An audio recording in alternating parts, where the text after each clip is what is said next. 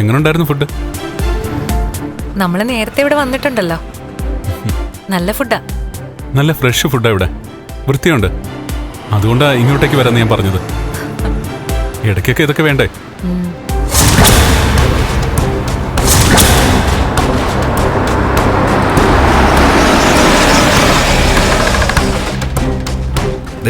ഇത് നല്ല സൂപ്പർ റെസ്റ്റോറൻ്റാ. കണ്ണേട്ടനുമായിട്ട് നല്ല ലോഹിത്തിലായിരുന്ന സമയത്ത് ഞങ്ങൾ മിക്കപ്പോഴും കുടുംബമായിട്ട് ഇവിടെ വരുമായിരുന്നു. നമുക്ക് എന്തെങ്കിലും കാര്യമായിട്ട് കഴിച്ചിട്ട് പോവാം.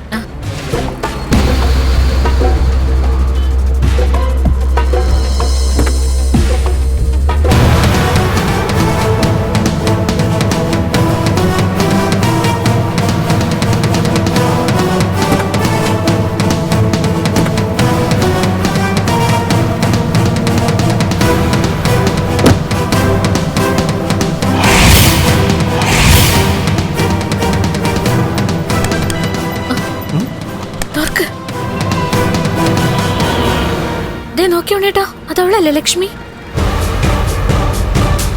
അതെ, കൂടെ ഒരുത്തിനെ കേറുന്നുണ്ടല്ലോ. അവനായിരിക്കും അവളുടെ വയറ്റിൽ കിടക്കുന്ന കുഞ്ഞിന്റെ അച്ഛൻ.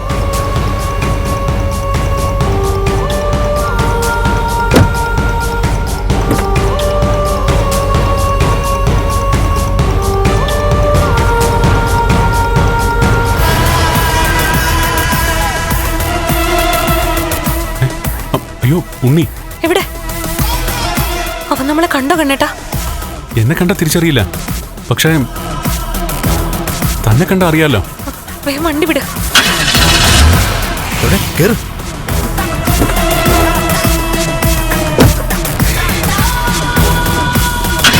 ആ കാറിന്റെ പിന്നല്ലേ വിട്. അതാരാണെന്ന് അറിയണം.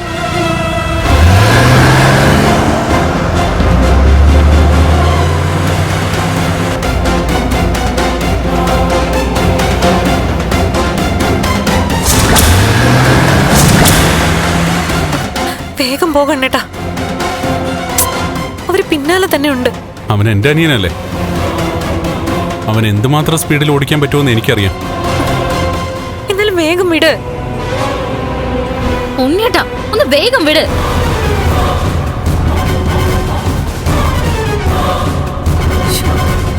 ഉണ്ണിയേട്ടാ, അവര് ക്രോസ് ചെയ്ത് പിടിക്കേ.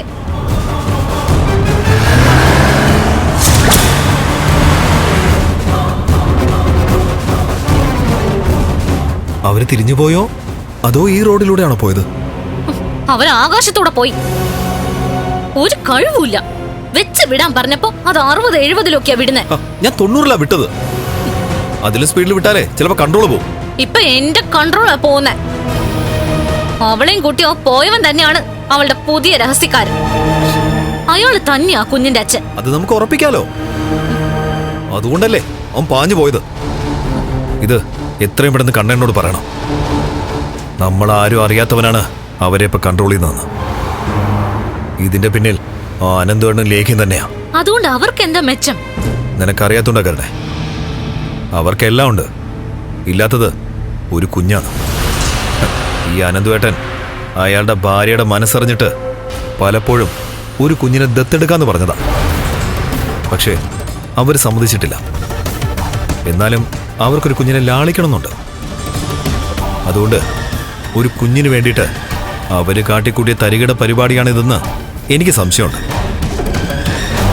എന്ത് മനഃപൂർവ്വം അവരൊരു പ്രേമത്തിന് കൂട്ടുനിന്നോ?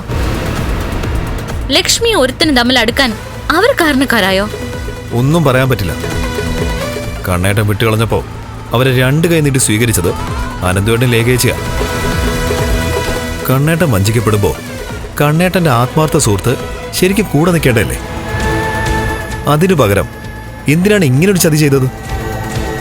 അപ്പോ ആ ചതിയില് അവർക്കും പങ്കുണ്ട്. കുഞ്ഞിന്റെ അച്ഛന്റെ പിൻവശം മാത്രമേ ഇന്ന് കാണാൻ പറ്റുള്ളൂ.